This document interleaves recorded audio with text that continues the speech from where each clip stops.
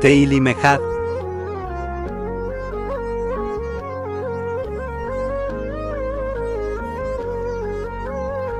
אשרי האיש אשר לא הלך בעצת רשעים, ובדרך חטאים לא רמה, ומושב לצים לא ישר,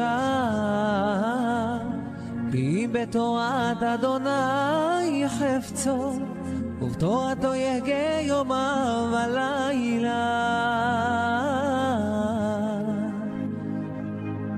והיה כרת שתול על פלגי מים, אשר ביו ייתן בריתו, ורעלהו לא יבור, וכל אשר יעשה יצליח.